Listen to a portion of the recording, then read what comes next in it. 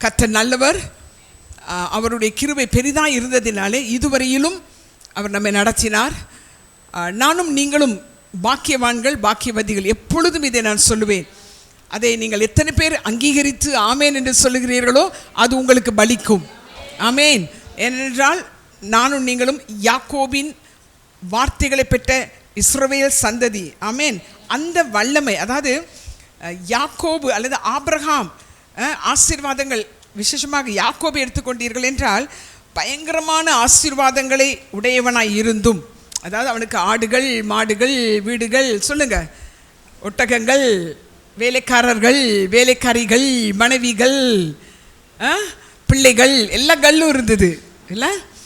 அவ்வளவும் இருந்தும் ஒரு நாள் அவன் என்ன செய்றான்? எல்லா கல்லையும் விட்டுட்டு, எந்த கல்லெல்லாம் விட்டுட்டு போனா சொல்லுங்க? ஆடுகள், மாடுகள், ஒட்டகங்கள், கழுதைகள், மனைவிகள், வேலைக்காரர்கள், பிள்ளைகள் எல்லாரும் விட்டுட்டு தனியாக போனான். ஏன்னா அவனால் இவ்வளோ கல் இருந்தும் என்ன இல்லாமல் இருந்தது, ஏதோ ஒன்று குறைவாக இருக்குது அப்படின்னு சொல்லிட்டு என்ன செய்கிறாரு? தனித்து போய் சொல்கிறார், ஆண்டவரே என்னை ஆசீர்வதியும். என்னது? என்னை ஆசீர்வதியும். நம்மன்னா என்ன நினைப்போம்? இவ்வளவு இருக்குல்ல, இத்தனை ஆடுகள், மாடுகள், இவ்வளவெல்லாம் இருக்கும் பொழுது இதை விட என்ன ஆசீர்வாதம் என்று நினைப்போம் அல்லவா? ஆனால் அன்று அவன் வாக்குத்தத்தங்களை பெற்றான். யாக்கோபின் சந்ததி. ஆபிரகாம் வாக்குத்தத்தம் பெற்றான், ஆபிரகாமின் சந்ததி. ஈசாக்கு, ரைட்? இங்கே பார்க்கிறோம் 1 ராஜாக்கள் 18ஆம் அதிகாரம் 31ஆம் வசனத்தில், 1 King chapter 18 verse 31, உனக்கு இஸ்ரவேல் என்னும் பேர் இருப்பதாக என்று சொல்லி கர்த்தருடைய வார்த்தையை பெற்ற யாக்கோபுடைய குமாரரால். பாருங்க, கர்த்தருடைய வார்த்தையை பெற்ற. ஏன் தெரியுமா? நாம் பாக்கியவதி என்று சொல்கிறேன், பாக்கியவான் என்று சொல்கிறேன். நானும் நீங்களும் கர்த்தருடைய வார்த்தையை பெற்றிருக்கிறோம். ஆமேன். ஒவ்வொரு பேரும், இங்கே இருக்கிற நாம் ஒவ்வொரு பேரும் கர்த்தருடைய வார்த்தையை பெற்றவர்கள். ஒருத்தருமே வார்த்தையை பெறாமல் இங்கே இல்லை, வாக்குத்தத்தத்தை பெற்றவர்கள். அதனால தான் நான் எப்பயுமே சொல்லுவேன், திருச்சபையே நானும் நீங்களும் அதிகமான பாக்கியசாலிகளாக இருக்கிறோம், பாக்கியவதிகளாக இருக்கிறோம். இதை நாங்கள் விசுவாசிக்க வேண்டும். விசுவாசித்தால் தான் அது பலிக்கும். விசுவாசிக்கலன்னா பலிக்காது. ஐயோ நம்ம என்ன ஒன்றுக்கு உதவாதவங்கன்னா அப்படி தான், அதுதான் பலிக்கும். ஆனால் இந்த திருச்சபை வார்த்தையை பெற்றிருக்கிறது. வார்த்தை வெளிப்படுகிற ஒரு திருச்சபை. நிறைய இடங்களில் போய் செய்தியை சொல்லும் பொழுது, கர்த்தர் சொன்னவைகளை அவர்களோடு பகிர்ந்து கொள்ளும் பொழுது அவர்கள் சொல்லுவதை நான் கேட்டிருக்கிறேன். இவ்வளவு தூரம், இவ்வளவு அழகாக தேவன் வெளிப்படுத்துகிறார். சில இடங்களில் வெளிப்பாடு இல்லை. நமக்கு தெரியும், சாமுவேலின் நாட்களிலே கர்த்தருடைய வார்த்தை என்னதான் இருக்கவே இல்லையா, பிரத்யட்சமாக இருக்கவே இல்லையா, பல வருஷங்கள். ஆனால் சாமுவேலுடைய காலத்தில் என்னதான் கர்த்தருடைய வார்த்தை பிரத்யட்சமாக இருந்துதான், வெளிப்படையாக இருந்துதான். ஸோ இந்த திருச்சபைக்கும் அப்படித்தான் தேவன் செய்திருக்கிறார். ஹார்வெஸ்டர்ஸுக்கும் தெபோரா ஃபெலோஷிப்புக்கும் கர்த்தர் தம்முடைய வார்த்தையை என்ன செய்கிறாரு? பிரத்யட்சமாக இப்படி பப்ளிக்காக என்ன செய்கிறாரு? சொல்கிறாரு. அதை சொன்னதை நாம் செய்யும் பொழுது அதை நாங்கள் பார்க்கிறோம். ஆரம்ப காலத்திலே நமக்குள்ளே தான் செய்தார். அந்த எருசலேம் என்று சொல்லுவோம் அல்லவா, அந்த எருசலேம் நம்ம வீட்டுக்குள்ளே தான் செய்துக்கிட்டு இருந்தார். அதனால தான் நான் கிச்சன் டு கிங்டம் அப்படின்னு சொல்லுவேன் இல்லையா. இந்த கிச்சன் டு கிங்டம் ஆரம்பித்து இப்போ 40 வருஷம். ஆனால் இந்த வருஷம் 40வது வருஷம் இன்னும் கொண்டாடுறதை பற்றி யோசிக்கவே இல்லை. யாராவது நீங்கள் யோசிச்சிங்கன்னா கொண்டாடணுன்னா நீங்கள் கொண்டாடுங்க, என்னையும் சேர்த்துக்கிடுங்க அதில். என்னென்னா இப்போ கொண்டாடக்கூடிய பலனும் நேரமும் இல்லாத மாதிரி இருக்குது. ஏன்னா அவ்வளோ வேலைகள் அதிகமாக இருக்கிறது. சரி, யாருக்காவது மனசு வந்துச்சுன்னா 40 வருஷம் வந்திருக்கிறாங்களே இந்த அம்மா இந்த பாதையில், 40 வருஷத்தில் எத்தனையோ ஆயிரங்கள் ஆசீர்வதிக்கப்பட்டிருக்காங்களே, ஒரு நாளைக்கு நன்றி செலுத்துவோம்னா நினச்சா நீங்கள் இன்னும் 4-5 மாதம் இருக்குது 40வது வருஷம் முடிய வரைக்கும். ஓகே, முன்னா டக்குன்னு நினச்சி பெரிய கொண்டாட்டம் பண்ணிடுவேன் இல்லை, எப்படியாவது இழுத்து பிடிச்சி. ஆனால் இப்போ நிறைய வேலைகள் வெளியில் இருக்கிறனால அது மேலே கண்ணாக இருக்கிறது. எனியா, ஸோ ஆண்டவர் வெளிப்பாடுகளை கொடுத்து அந்த வெளிப்பாடுகளை நிறைவேற்றும்படியாக என்னையும் உங்களையும் அதில் சேர்த்து கொண்டிருக்கிறார். ஸோ இதை குறித்ததான, இந்த தரிசனத்தை குறித்ததான வெளிப்பாடு உங்களுக்கு இருக்கணும். எத்தனை பேர் நீங்கள் சொல்கிறீங்க, ஆமாம் ஆமாம் இந்த சர்ச்சில் தரிசனம் இருக்குது, நிறைய வெளிப்பாடுகள் இருக்குது, அது எங்களுக்கு தெரியுது. இல்லைங்க, எனக்கு ஒன்றுமே புரியலை, நீங்கள் என்னமோ சொல்கிறீங்க, எனக்கு ஒன்றுமே புரியலைன்னா கூட என்னமோ ஒன்று இவங்க சொல்கிறாங்க, புரியாத ஒன்றை சொல்லிட்டு இருக்கிறாங்க. நிறைய நேரம் எனக்கே புரியாது. எப்படின்னா சிலர்கிட்ட வந்து சில ஏதாவது ஒரு பேக்கை எடுத்துகிட்டு போய் என்ன செய்வோம், இதை கொண்டே கொடுத்துட்டு வாம்போம். இப்போ இந்த என்னது அது இந்த ஆன்லைன்லலாம் ஊபர் சர்வீஸ் எல்லாம் இருக்குல்ல, அவர்கிட்ட ஒரு ஊபரில் கொடுத்து விட்டா அவர் கொண்டாடுவார். பட் அவருக்கு தெரியாது உள்ளே என்ன இருக்குன்னு, கொண்டு வந்து கொடுத்துட்டு போயிடுவார். அதுதான் அவருடைய வேலை. அதே போல் சில நேரங்களிலே இது இங்கே இருந்து அங்கே கொண்டே கொடு என்று சொன்னால் நம்ம கொடுக்க வேண்டியதுதான் நம் வேலை. அது உள்ளே என்ன இருக்கிறது என்று நோண்டி பார்க்க தேவையில்லை. அங்கே தான் பிரச்சனை. திறந்து பார்த்துடணும், இது என்ன இருக்கும் ஏது இருக்கும் தெரியவே இல்லை. கீழ்ப்படிதல். அந்த பாஸ் சொல்கிறாரு இந்த நம்பரில் உள்ள இந்த வீட்டுக்கு கொண்டே கொடுன்னா கொடுத்துட வேண்டியதுதான். ஸோ எனக்கு அந்த மாதிரி தான், இந்த இடத்துக்கு போ, இதை சொல்லு, அந்த இடத்த விட்டு போயிரு, சொல்லிட்டு போயிட்டே இருப்பேன். ஸோ பல வருஷங்களாக கிட்டத்தட்ட இப்போ ஒரு 2004 அதாவது 6ல் 7ல் ஆரம்பித்தது. அப்படியே அது ஓடி ஓடி ஓடி ஓடி இப்போயும் என்னென்னா, இப்போ வீட்டுக்குள்ளே ஆரம்பித்தோம், பிறகு இலங்கை தேசத்துக்குள்ளே ஆரம்பித்தோம், அப்புறம் பக்கத்தில் இருக்க இந்தியாவுக்கு போனோம். இப்போ உலகம் எங்கும் எல்லா மூளை முடுக்குகளிலும் போய் நான் உனக்கு சொல்லுகிறது சொல்லு. ஸோ நான் யோசிப்பேன் சில நேரம், இப்போ இங்கேருந்து ஃப்ரான்ஸுக்கு போகணுன்னு சொன்னார்ல, போனோம் இந்த ஒரு 3 மாதத்துக்கு முன்னே. அது பிறகு லண்டனுக்கு போகணுன்னு சொன்னார். அப்பா இந்த போன ஆகஸ்ட் மாதம் 15ஆம் தேதி பெட்டி கட்டினேன். போன வருஷம் எனக்கு நல்ல நினைவு இருக்குது. இந்தியாவுடைய அந்த குடியரசு தினம், நல்ல ஒரு கொடியையும் எடுத்து நல்ல பேட்ச் மாதிரி குத்திட்டு பெட்டி கட்டினேன். அன்றைக்கி போய் 2 துணி வாங்கிட்டு வந்து. ஆனால் டிசம்பர் வரைக்கும் என்ன ஆகிருக்கல, ஒரு விதமான வாசலும் திறக்கப்படலை. நானும் காண்றவங்க போகிறவங்ககிட்ட எல்லாம் என்ன சொல்லுவேன், எனக்கு ஒரு இன்விடேஷன் ஒன்று அனுப்புங்களேன், எனக்கு ஒரு இப்படி ஒன்று பண்ணுங்களேன்னா, ஒருத்தர் காதலை விழுந்ததோ இல்லையோ சான்ஸே இல்லை.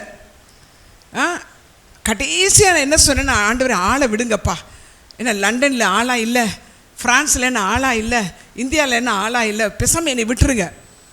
நான் பாட்டுக்கு இலங்கையிலேருந்து அப்படினேன்னு இங்கே என்னது ரொட்டியும் சம்பளும் அது கிடைக்கிறதே பெரிய காரியம், இப்படி சாப்பிட்டுட்டு இருக்கலாம் அப்படிங்கிற ஒரு எண்ணத்தில் தான் இருந்தேன். ஒரு நாள் ஆவியானவர் எனக்கு இதை விளங்க பண்ணார். ஏன்னா நிறைய பேர் என்கிட்ட இதுவும் கேட்டிருக்கிறாங்க, அது என்ன நீங்கள் போகணுமா, ஏன் அங்கே இருக்கிறவங்க பண்ணலாம் இல்லை, இங்கேருந்து நீங்கள் போகணுமோ, கையில் காசு கிடையாது, உங்கள்கிட்ட பேங்க்கில் வந்து 2000 லட்சம் தான் இருக்குது, ஆனால் உன்னுடைய செலவு வந்து 5 லட்சம், அது தேவையா உனக்கு? அப்படி நிறைய பேர் எனக்கு தெரியுது. மைண்ட் வாய்ஸில் எனக்கு தெரியும் உங்கள் கேட்குறது எல்லாமே. நேரடி என்கிட்ட கேட்க மாட்டாங்க, ஆனால் உள்ளுக்குள்ளே கேட்பாங்க, இது உனக்கு தேவையா, இவ்வளோ நெருக்கடி இருக்கும் பொழுது இவ்வளோ செலவழிச்சிட்டு போகணுமா? எனக்கும் அதே தான். நானும் அது நேருக்கு நேரம் ஆண்டவர்கிட்ட கேட்டிருக்கேன், ஆண்டவர் இது தேவையா, இது இவ்வளோ கஷ்டப்பட்டு நான் போகணுமான்னு. அப்போ தான் ஒரு நாள் ஆவியான சொன்னார், இப்போது வச்சுக்கொள்ளுமே ஃபோர்த் ஸ்டேஷன், அந்த ஸ்டேஷன் போலீஸ் ஸ்டேஷன், பெரிய போலீஸ் ஸ்டேஷன் இருக்குன்னு வச்சுக்கொள்ளுங்க கொட்டுவையில். ஸோ அந்த ஏரியாவில் வந்து கொஞ்சம் தள்ளின்னு வச்சுக்கிடுவோம், எங்கேயாவது தொட்டலாங்க எங்கேயாவது ஒரு இடத்துல ஏதோ ஒரு கள்ளத்தனம் பண்ணிகிட்டு இருக்கான்னு வைங்க. ஆனால் அந்த லேனில் வந்து எவ்வளோ பேர் போயிட்டே இருப்பாங்க, அவன் பாட்டுக்கு சீட்டு விளையாண்டுகிட்டே இருப்பான், அவன் பாட்டுக்கு காய்ச்சிக்கிட்டே இருப்பான். ஆனால் போலீஸ் வராங்க அப்படின்னா என்ன நடக்கும் சொல்லுங்களேன்? ஓடுவானா? எங்கே ஓடுவோம்? ஒலிம்பிக்லையா? துண்டை காணோம் துணியை காணோன்னு. ஏன் அதுக்கு முன்னே எத்தனை கார் போச்சுல்ல, எத்தனை வேன் போச்சுல்ல, எவ்வளோ பேர் போனாங்கல்ல, ஏன் அந்த போலீஸ் வேன் வந்தால் மட்டும் ஓட்டம் பிடிக்கிறான்? என்ன காரணம்? என்ன? அதிகாரம். எல்லாம் சொல்லுங்க, அதிகாரம்னா சும்மா நொய்யினெல்லாம் இருக்காங்க. அதிகாரம்னா என்னது? போஸ்ட். அந்தந்த போஸ்ட்டுக்கு அந்தந்த மாதிரி நிற்கணும்ல, அதிகாரம். அப்போ ஒருவனுக்கு அந்த அதிகாரம் இருப்பதினாலேயும் அவனுக்கு அதிகாரத்தினுடைய என்ன கொடுக்கப்பட்டிருக்கிறது? ஒரு யூனிஃபார்ம் கொடுக்கப்பட்டிருக்கிறது. அவனுக்கு என்னன்னாலும் பண்ணலான்ங்கிற அதிகாரம் கொடுக்கப்பட்டிருக்கிறதுனாலே அவன் வந்தால் இவனை பிடித்து விடுவான். பிடித்தால் இவன் ஒன்றும் கேள்வி கேட்க முடியாது. இது சும்மா ஒருத்தர் போய் பிடிச்சா என்ன சொல்லுவான்? ஆரணி என்ன கேட்பானா இல்லையா? ஆமாம், எடுக்கிறது களவு, செய்கிறது திருட்டுத்தனம், பேச்சு எப்படி இருக்கும்? மகா கம்பீரமாக இருக்கும். ஆனால் ஒரு அதிகாரி வந்த உடனே அவன் மடங்கி, சொல்லுங்களேன், மடங்கி ஒடுங்கி ஓடி, ஆமாம், இருக்கிற இடம் தெரியாமல் ஓடுகிறான் அல்லவா? அதை தான் சொன்னார், உனக்கு நான் ஒரு அதிகாரம் கொடுத்துருக்கிறேன். என்னது? அதிகாரம் கொடுத்துருக்கிறேன். அந்த இடத்துக்கு போய் நீ நின்னா போதும். என்னது? என்ன ஒரு மாதிரியே பார்க்குறீங்க?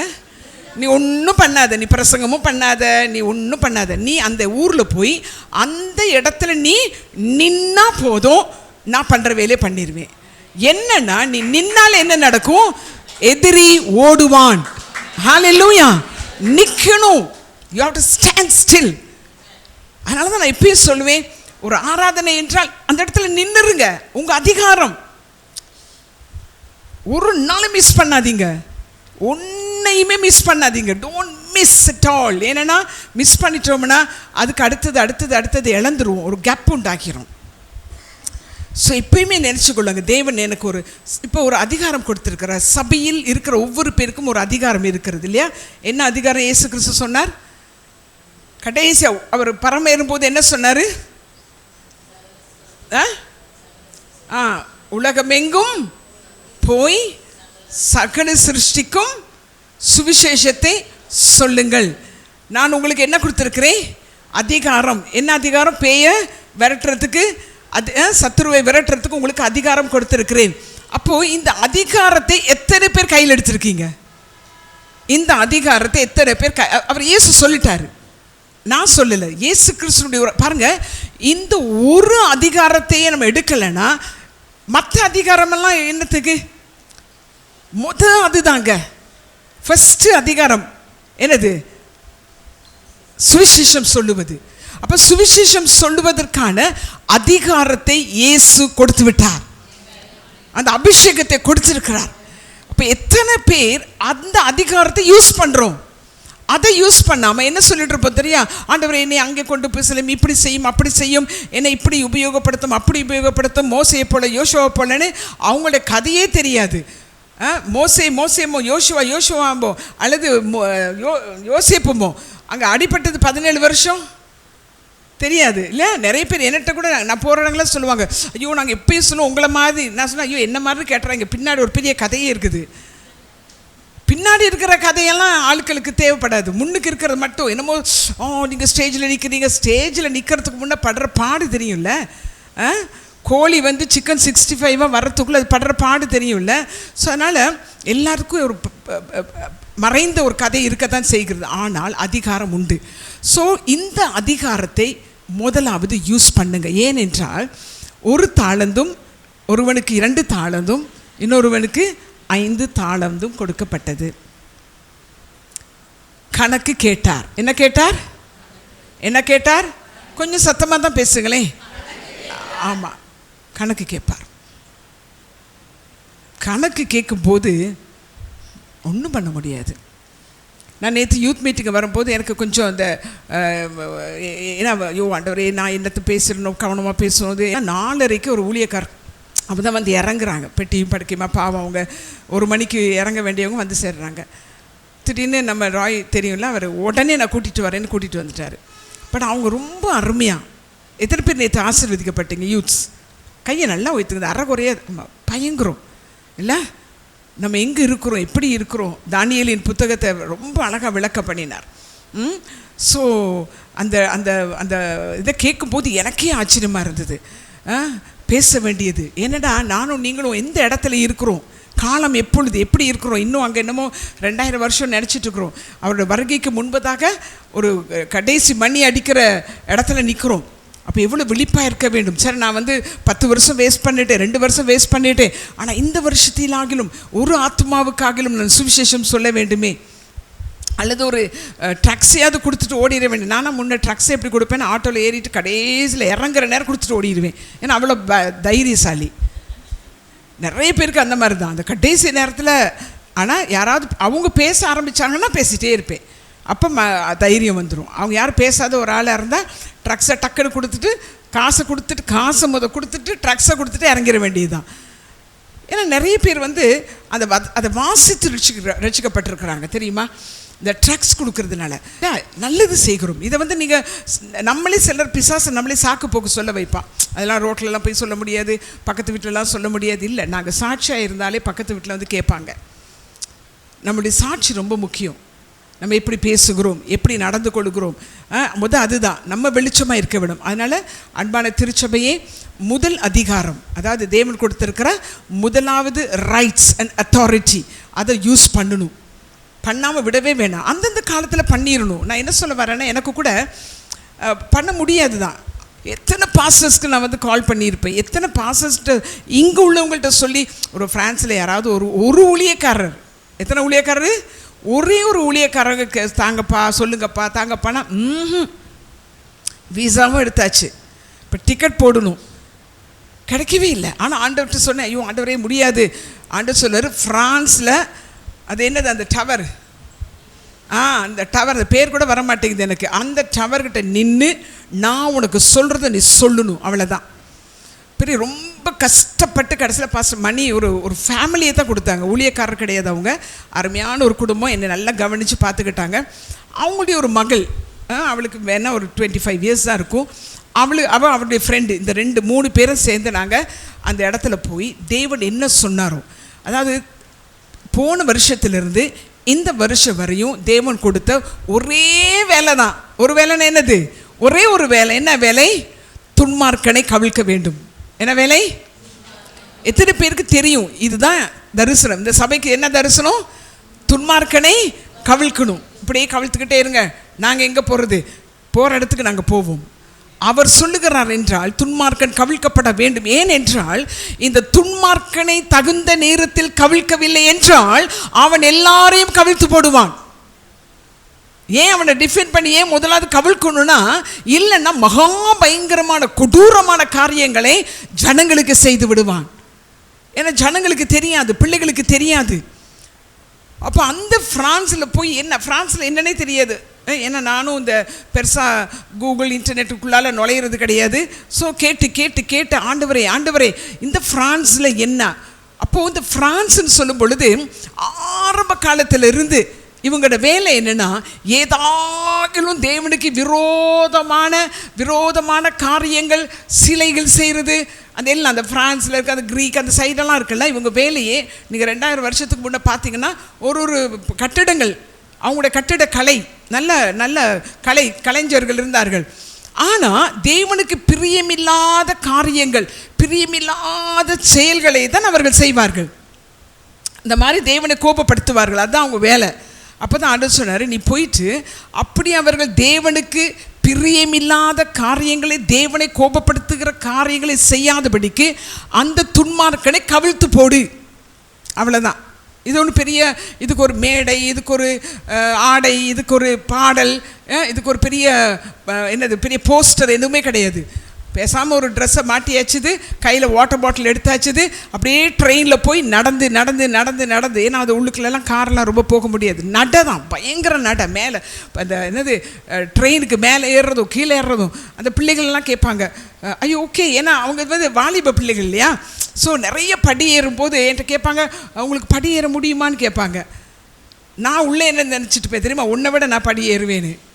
ஆனால் எனக்கு மூச்சு வாங்கும். இருந்தாலும் அந்த வாலிப பிள்ளைகளோடய கலைக்காமல் அந்த பிள்ளை அப்படி பார்த்துட்டே இருப்பா, பக்கத்துலேயே நிற்பா. ஏன்னா பாட்டியாச்சேனா எங்கேயாவது தடுமாறி விழுந்துருவேன் அப்படின்னு சொல்லிட்டு நான் படி ஏறும்போது எனக்கு சைட்லேயே வருவா.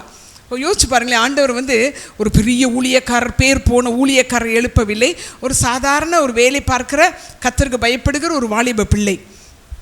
ஸோ நாங்கள் போய் அந்த இடத்துல என்னென்ன காரியங்களை சொன்னோமோ இன்னைக்கு அது வெளியே வெடிச்சு, சில நேரம் நம்ம போய் பிரகடனப்படுத்தும் பொழுது மறைந்திருக்கிற, ஒளிந்திருக்கிற தாரும் மாறானவைகள் என்ன செய்யும், வெடிச்சு வெளியில் வந்துடும். வெடிச்சு வந்துட்டு என்ன தெரியல, நானுமே எனக்கு ரொம்ப நாள் நியூஸ் கேட்கல, அங்கங்கே அழைஞ்சிட்டு இருந்தனால. இப்போ கிட்டத்தில் தான் ஒருவர் எழுதியிருந்தாங்க, ஃப்ரான்ஸில் போய் எந்த இடத்துல ஜெபம் பண்ணீங்களோ அந்த இடத்துல என்ன நடந்ததுன்னு உங்களுக்கு தெரியுமான்னு.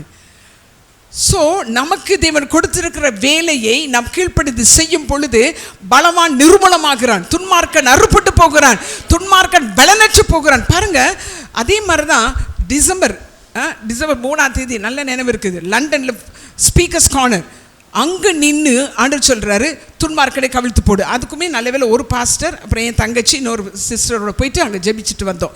பயங்கரமாக சொல்லுவோம், துன்மார்க்கன், wicked spirit.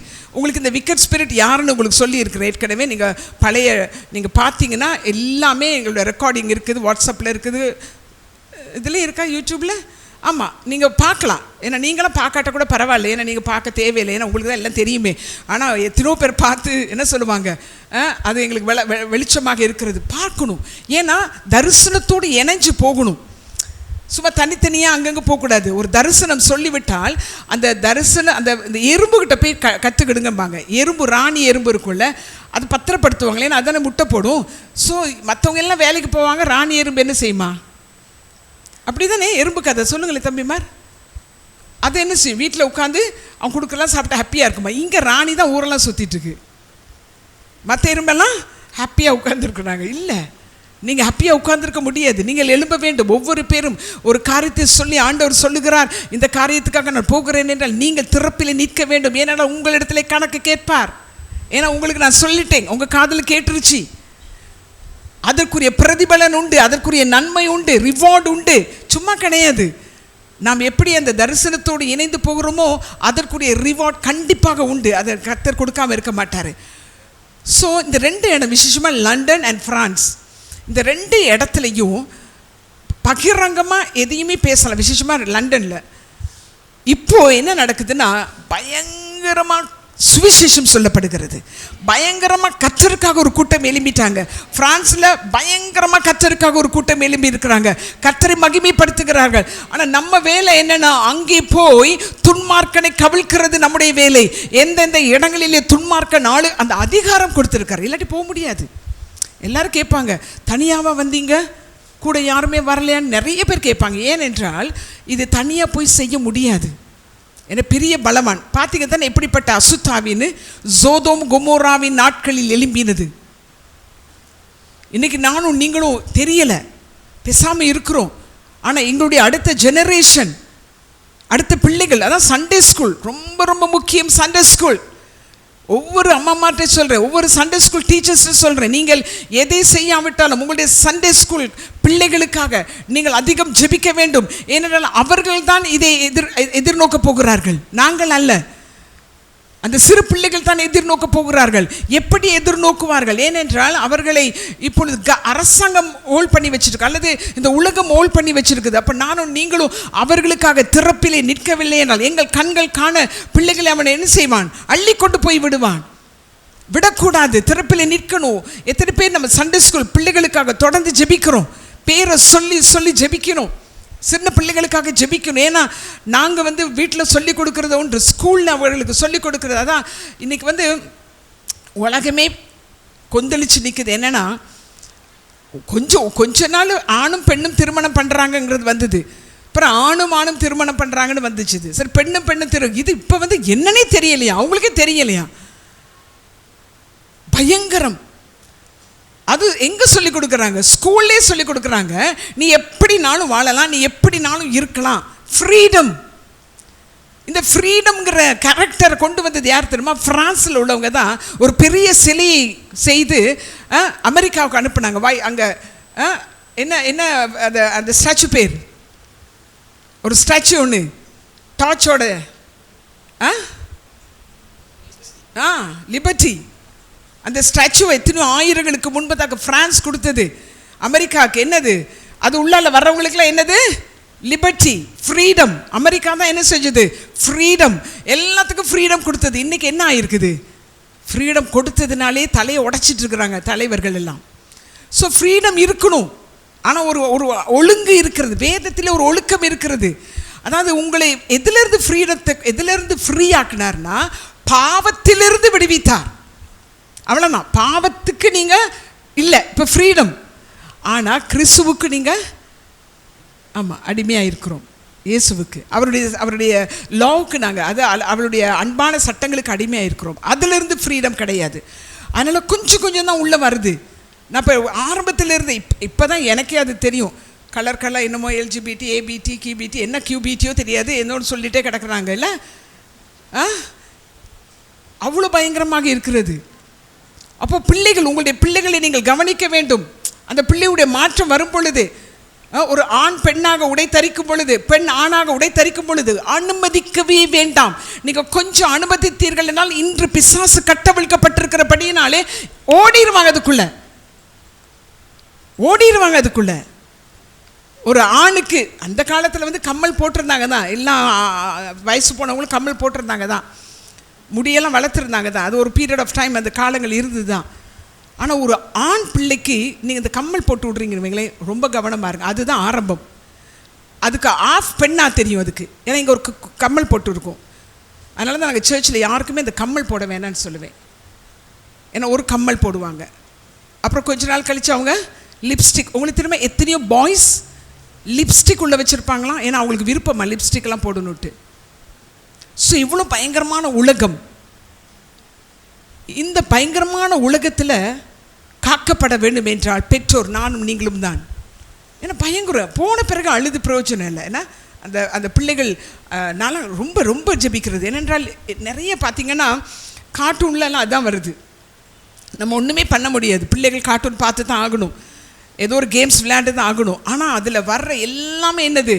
Sodom Gomorrah Noah காலத்தில் இருந்த அதே ஆவிகள் கட்டவிழ்க்கப்பட்டிருக்கு. கிருபையினால் அதை என்ன செய்கிறாரு? அடக்கிறாரு கிருபையினால். இல்லைன்னா அது கொந்தளிச்சு நேரம் என்னமோ பண்ணியிருக்கும். சபைக்குள்ளே வந்துட்டு கல்யாணம், ஆணுக்கும் கல்யாணத்தை சபையில் போதகர் நடத்துகிறார். நாய்க்கும் மனுஷனுக்கும் கல்யாணம் நடக்குது சபையில். இன்றைக்கி சபை எங்கேயோ போயிட்டுருக்குது. உங்களுக்கு ஒரு வேளை தெரியாமல் இருக்கலாம். ஆனால் நானும் நீங்களும் திருச்சபையின் காவலாளர்கள். நானும் நீங்களும் விழிப்பாக இருக்க வேண்டும். காவல்காரிகள். சும்மா விட்டுறக்கூடாது. நமக்கு ஒரு ஆலோசனை சொல்லும் பொழுது உடனே கேட்க வேண்டும். நீங்கள் யார் ஆலோசனை சொல்லுது? நோ. ஏனென்றால் இந்த நாட்கள் பயங்கரமான நாட்கள். ஆனால் கர்த்தருக்கு நன்றி சொல்கிறேன், அவர் நமக்கு வெளிப்படுத்தி அந்த வேலைகளை செய்வதற்கான வழிகளை திறந்து அதை செய்து முடித்து விட்டு வர கிருபை கொடுத்தார். ஸோ அதனால் சபைக்குள்ளே ஒரு வார்த்தை வருகிறது என்றால் அதை அற்பமாக எண்ணவே வேண்டாம், அற்பமாக எண்ணவே வேண்டாம். அந்த வார்த்தையை நீங்கள் பிடித்து கொள்ளுங்கள். எப்போல்லாம் வார்த்தை பேசுகிறார்களோ அப்போல்லாம் ஜாயின் பண்ணுங்கள். ஏன்னா பாதி அங்கே 1ஆம் தேதி நாங்கள் பேசியிருப்போம். அப்போ 1ஆம் தேதி வராதவங்களுக்கு, வாக்குத்தத்த ஆராதனைக்கு வராதவங்களுக்கு என்ன பேசணுங்கிறது தெரியாது. என்னென்னா நீங்கள் வாட்ஸ்அப்பில் பார்த்தா இருக்கும். பட் ஜாயின் பண்ணணும். ஏன்னா காலையில் 7லேருந்து 8 மணி வரைக்கும் எல்லாம் பெரிய வேலையில் கிடையாது, போயிட்டு வேலை செய்யலாம். பிள்ளைகளுக்கு அன்றைக்கி ஒரு பிரெட் துண்டை கொடுத்து அனுப்பலாம். ஸோ நீங்கள் தான் அதை அட்ஜஸ்ட் பண்ணணும். நீங்கள் தான் அதற்கு அந்த ஆவியை எனக்கு தாரும், அந்த உற்சாகத்தின் ஆவியை தாரும். எதையுமே நான் விடக்கூடாது என்று நாங்கள் வர வேண்டும். சரியா? இப்போ நான் உங்களுக்கு சமாதானம் என்று சொல்லுகிறேன். உங்களுக்கு ஐயோ இவ்வளவெல்லாம் சொல்லிட்டு இப்போ சமாதானம்னு சொல்கிறீங்க. உலகத்துக்கு சமாதானம் இல்லை, ஆனால் உங்களுக்கு சமாதானம். உங்களுக்கு சமாதானம். உலகத்திலே பயம் இருக்கிறது, ஆனால் நீங்கள் கலங்க வேண்டாம் என்று சொல்லுகிறார். ஏனென்றால் நானும் நீங்களும் ஆராதிக்கிற நம் தேவன் நம்மை காக்கிறவராயிருக்கிறார், பாதுகாக்கிறவராயிருக்கிறார், ஆலோசனை சொல்லுகிறவராயிருக்கிறார். பிள்ளைகளோ குடும்பமோ ஒருவரையும் இழக்க தேவையில்லை, இழக்கப் போவதும் இல்லை. ஏனென்றால் கர்த்தருடைய சமாதானம் இன்று இருக்கிறது. ஆகவே சமாதானம் எல்லாம் சொல்லுங்க, பக்கத்தில் பார்த்து சொல்லுங்க, சமாதானம் சொல்லுங்க, சமாதானம். பரவாயில்ல, புருஷன் இருந்தாலும் சொல்லுங்கள், அவரோட எனக்கு சமாதானமே இல்லைங்க, பட் வேறு வழி கிடையாது, சமாதானம்னு சொல்லிடுவோம். என் பக்கத்தில் உட்கார்ந்துருக்கிறவங்கள பார்த்து ஷாலோம். சமாதானம் என்றால் என்ன? ஷாலோம். இந்த சமாதானமானது பூரணம் உள்ளது. ரைட்? நான் 1ஆம் தேதி நான் சொன்ன அந்த சுருக்கமாக நான் சொல்லிடுறேன், ஏன்னா திருப்பி அதை சொன்ன டைம் ஆகிரும், டைமே போயிடுச்சுது. ஆதியாகமம் 43:23 அங்கே விசாரணைக்காரன் யோசேப்பினுடைய சகோதரர்களை பார்த்து சொல்லுகிற ஒன்று. நமக்கு தெரியும், யோசேப்பினுடைய வாழ்க்கையிலே சகோதரர்களால் பகைக்கப்பட்டு, சகோதரர்களால் விற்கப்பட்டு, குழியிலே தள்ளப்பட்டு, சிறைச்சாலையில் இருந்து, இப்படியாக ஒரு காரியத்திலேயும் பாதிக்கப்பட்டதான ஒரு மகன் தான் யோசேப்பு. யோசேப்பினுடைய வழிகளை பார்த்தால் பயங்கரமாக இருக்கும். ஸோ அவன் ஒரு சொப்பனம் காண்கிறான். அதுதான் பிரச்சனை. கண்ட சொப்பனம் வேற ஒன்றுமே இல்லை. யோசேப்பு ஒரு சொப்பனம் பார்க்குறாருங்க, ஒரு தரிசனம். அவன் அந்த தரிசனத்தை கண்டதுனாலேயே பிரச்சனை. சில நேரம் பார்த்தீங்கன்னா நீங்கள் நல்லது செய்ய போயே பிரச்சனை வரும். பார்த்துருக்கீங்களா? நான் நல்லது தான் சொன்னேன், நிறைய நேரம் எனக்கெல்லாம் 100க்கு 90 நல்லது சொல்ல போய் தான் பிரச்சனை வரும். ஆனால் நல்லது சொல்லிக்கிட்டே தான் இருக்கணும். அதுக்காக நான் சொல்ல மாட்டேன், இல்லை, சொல்லிக்கிட்டே இருக்கணும். உயிர் இருக்க வரை என்ன சொல்லணும்? நல்லது சொல்லிகிட்டே இருக்கணும். ஸோ இவன் சொப்பனத்தை காண்றான், சொப்பனத்தை சொல்லிட்டான், பொறாமை பிரச்சனை அவனை அனுப்பிடுறாங்க. அது தேவனுடைய செயல். அவன் புடம்படப்பட வேணும். இப்போ என்ன ஆகுது, உலகத்தில் பஞ்சம், பயங்கர பஞ்சம். ஒரே ஒரு இடத்துல தான் சாப்பாடு இருக்குது, யோசேப்பின் பண்டகசாலை. அங்கே மட்டும்தான் ஆகாரம் நிறைவாக இருக்கிறது. ஸோ யோசேப்போட சகோதரர்கள் எல்லாம் இப்போ எகிப்துக்கு வராங்க சாப்பாடு வாங்குறதுக்காக. காசெல்லாம் எடுத்துகிட்டு வராங்க. உள்ளே நுழைஞ்சிட்டாங்க. வந்து அந்த அதிபதியாக இருக்கிறது யார், யோசேப்பு. குனிந்து வணங்கி, அந்த காலத்தில் வந்து அதிபதிகளை வணங்கணும். ஸோ வணங்கி என்ன செய்கிறாங்க, வராங்க. இந்த 10 பேருக்கும் அந்த இடத்துல யோசேப்பு இருக்கிறான் என்று தெரியவில்லை. ஏன்னா யோசேப்பு இப்போ கம்ப்ளீட்டாக எகிப்தியனுடைய உடை தரித்து எகிப்தியனை போல 17 வருஷம் ஆகிவிட்டது அல்லவா, வித்தியாசமாக இருக்கிறான். ஆனால் யோசேப்புக்கு தெரிஞ்சிட்டு, இவங்க பேசுகிறாங்கல்ல பாஷை, அந்த பாஷை தெரிந்து விட்டது. இவர்கள் தான் என்று தெரிந்து விட்டது. காட்டிக்கொள்ளவில்லை. என்ன பண்ணுறாருன்னா, இவங்களுக்கு நல்ல தானியத்தெல்லாம் கொடுத்துட்டு கொஞ்சம் பிரச்சனைப்படுத்துறாரு. ஓ, நீங்கள் வந்திருக்கீங்க, வேவு பார்க்க வந்திருக்கீங்க, நீங்கள் இப்படியாக்கும் அப்படியாக்குன்னு சொல்லி அவங்களெல்லாம் அழ வச்சு ஊனெல்லாம் பண்ணிவிட்டு ஒரு சகோதரர் சிமியனை வந்து சிறையில் வச்சிடுறாரு. என்னென்னா, நீங்கள் வந்து உங்களுக்கு இன்னொரு தம்பி இருக்குன்னு சொல்கிறீங்களா, அந்த தம்பியை கூட்டிகிட்டு வந்து அப்புறம் நீங்கள் என்ன செய்ய, இவரை நீங்கள் கொண்டு போங்க. ஸோ இவங்கெல்லாம் கலங்கி பயந்து எப்படியோ என்ன செய்கிறாங்க, தானியத்தை எடுத்துகிட்டு போகிறாங்க. போகிற பொழுது வழியில் என்ன செய்கிறாங்க, கழுதைக்கு சாப்பாடு போடும் பொழுது எல்லாரோட மூட்டையை திறந்தால் எல்லார் மூட்டையில் என்ன இருக்குது, புதையல். சொல்லுங்கள், புதையல் எங்கே இருக்கும்? சாதாரணமாக புதையல்னா எங்கே இருக்குன்னு நம்ம சொல்லுவோம் கதைகள்லாம், பூமிக்கு கீழே. ஓகே, புதையல் பற்றி நீங்கள் கதை படித்ததே இல்லையா? ஐயோ, நான் சின்ன வயசுலலாம் அப்போது புதையல் இப்போ கூட கற்பனை பண்ணிகிட்டே இருப்பேன், எங்கேயாவது ஒரு புதையல் இருக்காதான்ட்டு. அந்த காலத்தில் நாங்கள் சின்ன பிள்ளைலாம் இருக்கும் பொழுது எங்கேயாவது போயிட்டு வருவீங்களே, ஒரு மலைகளுக்குள்ள, அந்த பீட்ரு மலைக்கு அல்லது அங்கே எங்கேயாவது ஒரு மலைக்கு போயிட்டு அங்கே பெரிய வாட்டர் ஃபால்ஸ் இருக்கும், ஏதாவது இருக்கும். எங்களை கூப்பிட்டு போகிறவங்க நிறைய கதை சொல்கிறத பார்த்துருக்கேன். ரெண்டு இடத்துக்கு நான் காட்டுக்கு சின்ன வயசில் போனப்போ, ஒரு காட்டில் போன உடனே அந்த இடத்துல காடு, நாங்கள் வந்து காட்டுக்கு போகிறதுன்னு அவ்வளோ சந்தோஷம் எங்களுக்கு. அந்த ஷாலிக்கு இன்னும் அந்த புத்தி இருக்குது, காட்டுக்கு போகணுன்ட்டு. எனக்கு வந்து காடுகளில் போய் அங்கே உட்காந்து சாப்பிட்டுட்டு வரணும், அந்த காடெல்லாம் ரசிக்கணும்னு. அப்போ ஒருத்தர் வந்து நாங்கள் இருக்கிற வீட்டுகிட்ட சொன்னார், இங்கே ஒரு ராஜா இருந்தார், அவர் தங்க அம்மி, என்னதான் தங்க அம்மி, தங்க குழவி இங்கே தான் இருக்குன்னு. என்ன ஆகிருக்கும், நான் என்ன ஆகிருப்பேன்? கண்ணை மூடுனா எனக்கு தங்க அம்மி தான் வரும். 7-8 வயசு தான், அப்படியே பார்ப்பேன். பிறகு ஒரு நாள் சிந்து பாத்துன்ற கதையை அம்புலி மாமாவில் வாசிட்டேன். அவன் அந்த கல்லுக்கு மேலே அந்த ஒரு மாணிக்க கல் கேட்டிருக்கீங்களா? அது அவன் மாணிக்க கல்லெல்லாம் எடுக்கிறதுக்காக என்ன செய்வான், ஒரு இறைச்சி துண்டு அந்த குழிக்குள்ளே போடுவான். அது பிறகு அந்த கல்லுக்கு போய் என்ன செய்யும், அந்த இறைச்சி துண்டில் எல்லாம் மாணிக்கக்கல் ஒட்டிக்கிடும். உடனே இவன் என்ன செய்வான், அந்த கல்லுக்கு பிடிச்சி ஒரு நாள் எடுத்துருவான். அன்னையிலேருந்து மாணிக்கக்கல், எங்கடா மாணிக்கக்கல் இருக்குது, எதையாவது துண்டை போட்டு எடுக்கலாமா.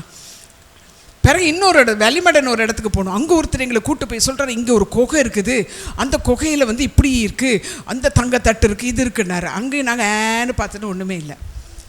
பிறகு நாங்கள் விளையாண்ட இடம் நுரையில விளையாண்ட இடம், சின்ன வயசுலேருந்து அந்த கராஜ் மேலே தான் விளையாடுவோம். அது மூடியே தான் இருக்கும், ஒரு நாளும் நாங்கள் அது திறந்ததும் கிடையாது. அது மூடியே கிடக்கும், அதுக்கு மேலே புல்லெல்லாம் வளர்ந்து கிடக்கும். ஆனால் இப்போ கிட்டத்தில் கேள்விப்பட்டேன், யாரோ ஒருத்தர் லேண்டை வாங்கி அதை உடைச்சா தங்க தட்டுகளாக இருந்துதான். அது அப்போ தெரிஞ்சிருக்க வேண்டாமா நமக்கு?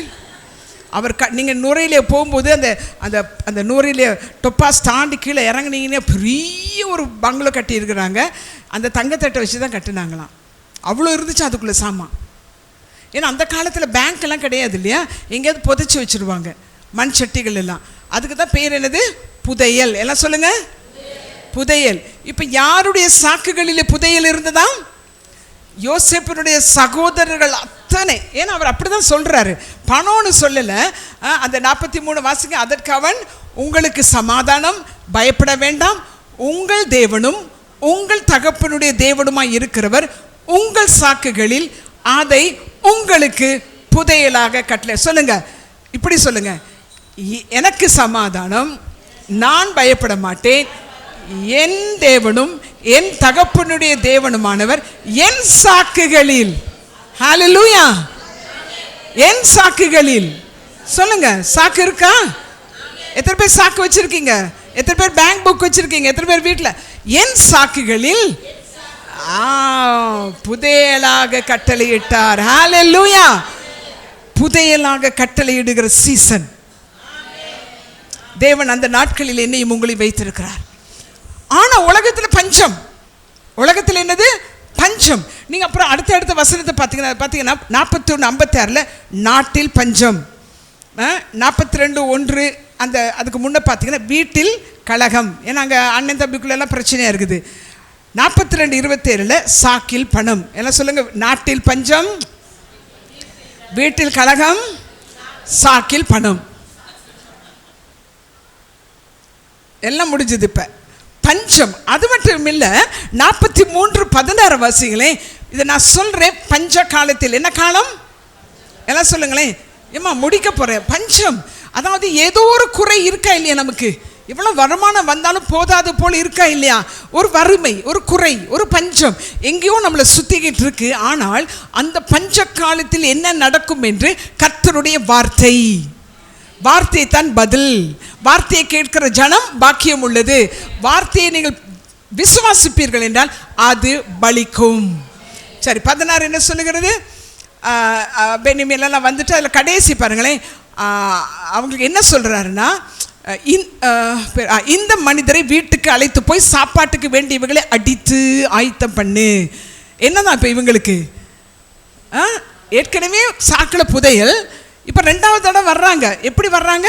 பயந்து நடுங்கி, ஐயோ ஏற்கனவே நம்மளை வேவுக்காரன்னு சொல்லிட்டாரு, ஏற்கனவே சிமியோனை சிறையில் வச்சுருக்காங்க, இப்போ பெஞ்சமினை கூட்டு வரோம், ஏதோ ஒன்று பண்ணிடுவாங்க, அல்லது எங்கள் கழுதையெல்லாம் எடுத்துருவாங்க, எங்களை அடிமையாக்கிறாங்க. பயந்து கிளி பிடிச்சு தான் வர்றாங்க. கிளி பிடிச்சு உள்ளே வரும் பொழுது அவங்க காதில் என்ன கேட்குது? சத்தம். இவர்களுக்கு சாப்பாடு ஆயத்தப்படுத்து. எப்படி இருக்கும்? ஓஹோன்னு பிரச்சனை நேரம் இப்படி ஒரு நல்ல செய்தி வந்தால் எப்படி இருக்கும்? ஆனாலும் இவங்களுக்கு பயம். ஏன்? உள்ள சாப்பாடு கொடுக்குறேன்னு என்னத்தை கொடுக்க போகிறாரோ. அழகாக எல்லாரும் உட்கார வைத்து, வரிசையாக உட்கார வைத்து சாப்பாடு. அப்போது பஞ்ச காலத்தில் ராஜா வீட்டு சாப்பாடு. சொல்லுங்கள் எல்லாரும், பஞ்ச காலத்தில். அதுக்கு முதல் என்னது?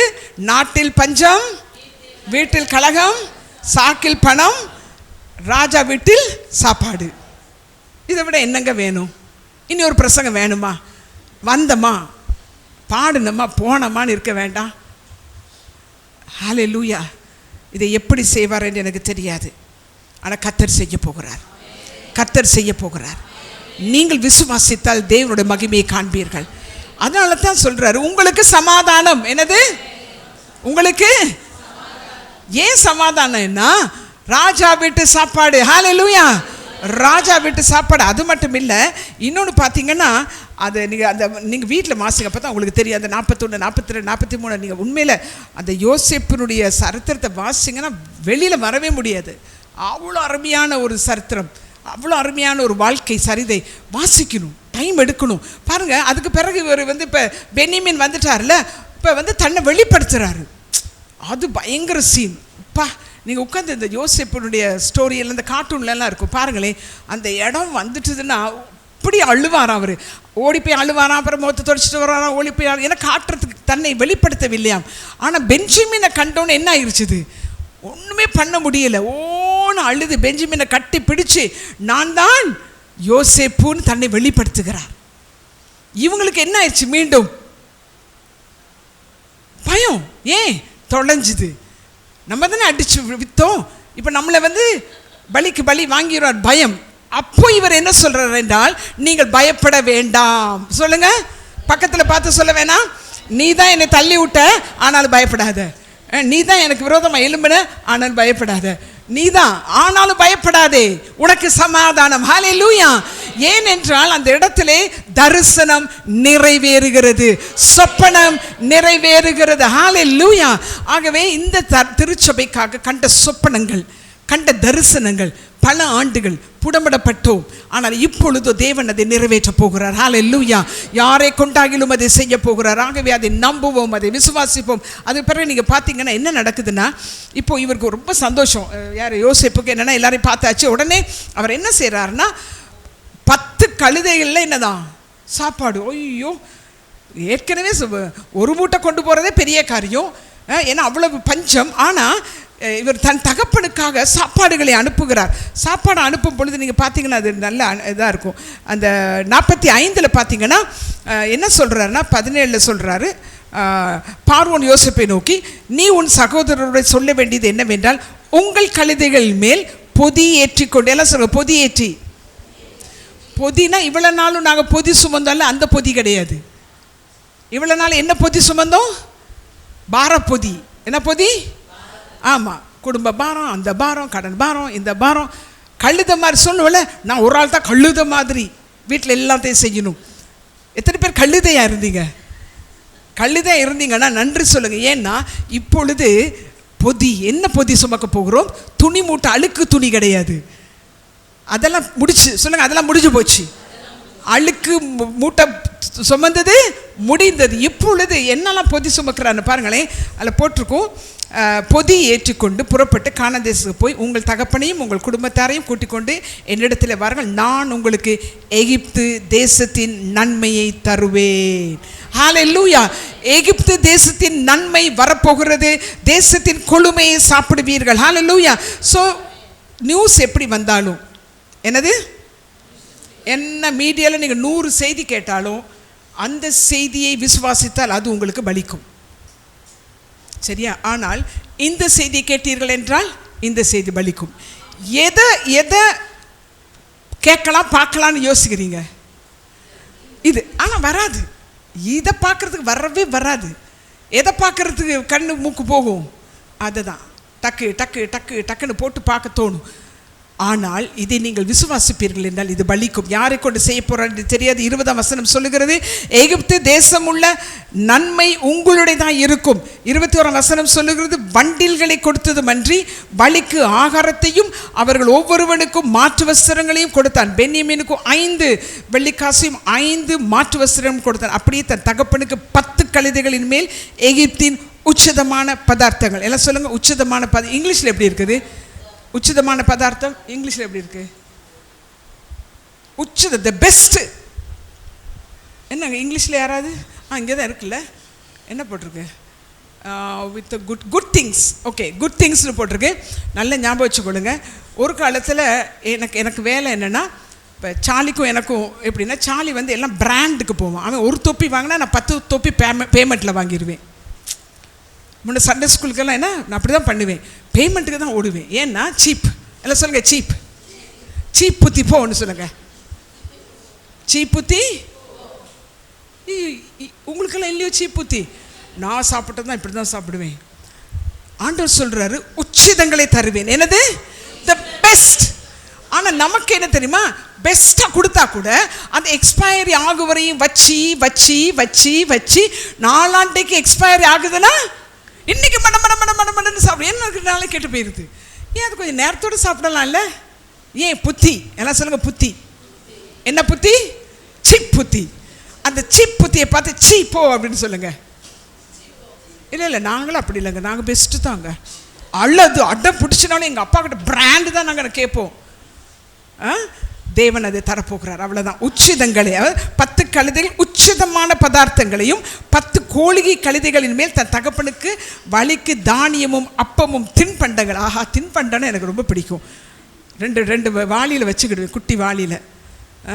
அப்போ தின்பண்டம். எத்தனை பேருக்கு அந்த பழக்கம் இருக்குது, தின்பண்டம் சாப்பிட்ற பழக்கம்? யாருக்கும் இல்லையோ?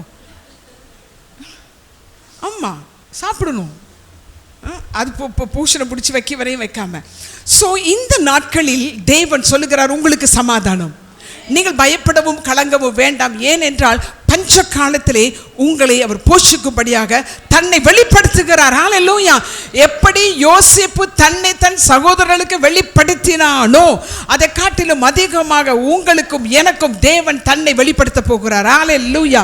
நாம் ஒவ்வொரு பேரும் இந்த நேரத்தில் சொல்லுவோமா, எனக்கு சமாதானம், எனக்கு சமாதானம். ஏனென்றால் அங்கே யோவான் 14 சொல்லுகிறார், தேற்றவாளன் உங்களிடத்தில் வருவார், நான் உங்களுக்கு சமாதானத்தை கொடுக்கிறேன், என் சமாதானத்தை உங்களுக்கு கொடுக்கிறேன், சமாதானத்தின் சுவிசேஷத்தை நான் உங்களுக்கு கொடுக்கிறேன் என்று சொல்லுகிறார்.